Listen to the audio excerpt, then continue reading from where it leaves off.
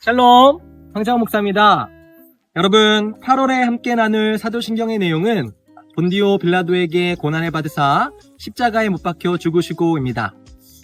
이 고백은 성자 하나님의 고난과 십자가 죽음을 이야기하면서 특별히 예수님이 이 땅에 오셨을 당시 유대의 총독이었던 본디오 빌라도의 치하에서 고난을 받으신 것, 그리고 예루살렘에서 십자가에 못 박혀 죽으셨다라고 하는 것을 이야기해요.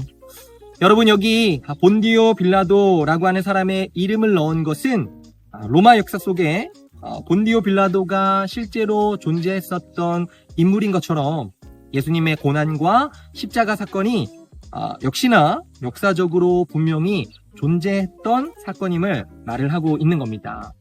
여러분, 우리가 이 고백을 통해서 알아야 하는 건 크게 두 가지예요. 첫째, 예수님의 고난은 우리를 위해 받으신 고난이었다라고 하는 사실. 그리고 둘째, 예수님의 십자가 죽음은 대속적이면서 형벌적인 죽음이었다라고 하는 사실입니다.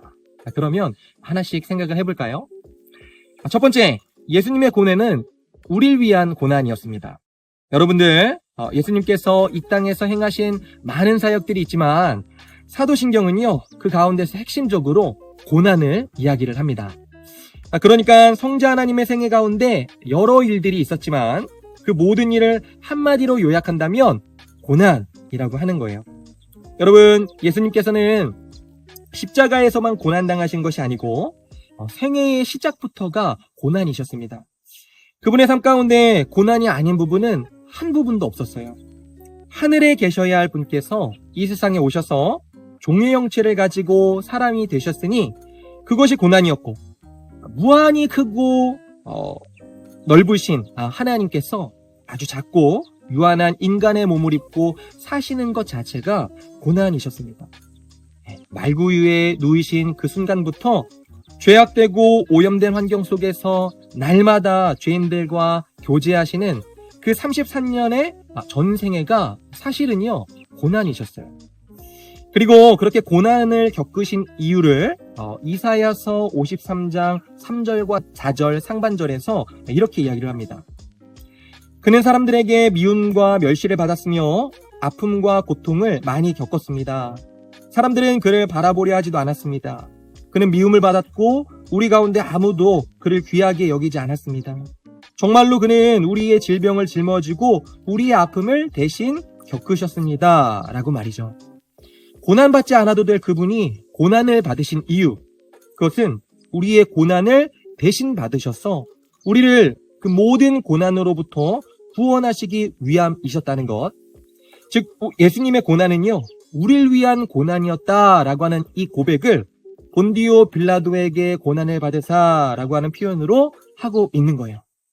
여러분, 이것이 첫 번째라고 한다면요, 두 번째는 예수님의 십자가 죽음이 대속적이고 형벌적인 죽음이었다라고 하는 겁니다. 말이 좀 어렵죠? 여러분들, 예수님의 생애 가운데 계속된 고난은 십자가 위에서 최고조에 이르게 됩니다. 그리고 갈라디아서 3장 13절은 예수님의 십자가 죽음에 대해서 이렇게 증언을 해요.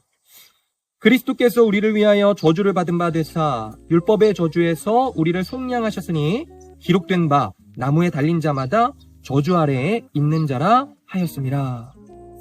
여러분, 여기에 나무 아래에 달린 자마다 저주 아래에 있는 자다 라고 하는 건 신명기 21장 23절 말씀을 인용한 것인데, 바울은요, 지금 이 신명기 말씀을 인용하면서 예수 그리스도의 십자가 죽음이 곧 하나님의 저주를 받은 죽음이었다라고 하는 것을 말하는 것입니다.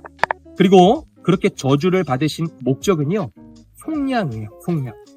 그러니까 하나님의 율법은 인간에게 완전한 순종을 요구하고 순종하지 않을 때 저주를 선언을 하는데, 예수님은 자신의 죽음이라고 하는 대가를 지불을 하고 율법의 정죄 아래에 있는 우리들을 속량하셨다라고 하는 겁니다. 여러분들, 여기 속량이라고 하는 단어는요, 고대 근동의 경제적인 용어인데, 노예를 사고팔 때 값을 지불하고 자유롭게 하다라고 하는 뜻을 가지고 있어요. 그러니까 예수님의 죽음은 우리가 지은 죄에 대하여 그 값을 대신 치르심으로써 우리를 구원하신 대속적인 죽음이었고, 우리 대신에 하나님의 저주를 받으신 형벌적인 죽음이었다라고 하는 사실입니다.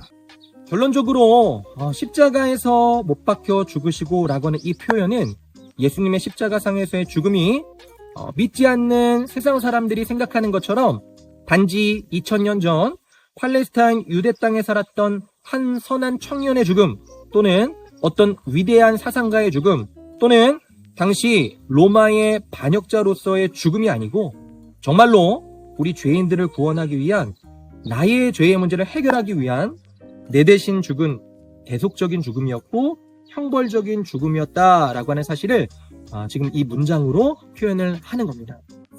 세상 사람들은요, 예수님의 십자가 죽음을 놓고 우리를 위한 대속적인 죽음이요 형벌적인 죽음이었다라고 하는 이 사실을 믿지 못해요.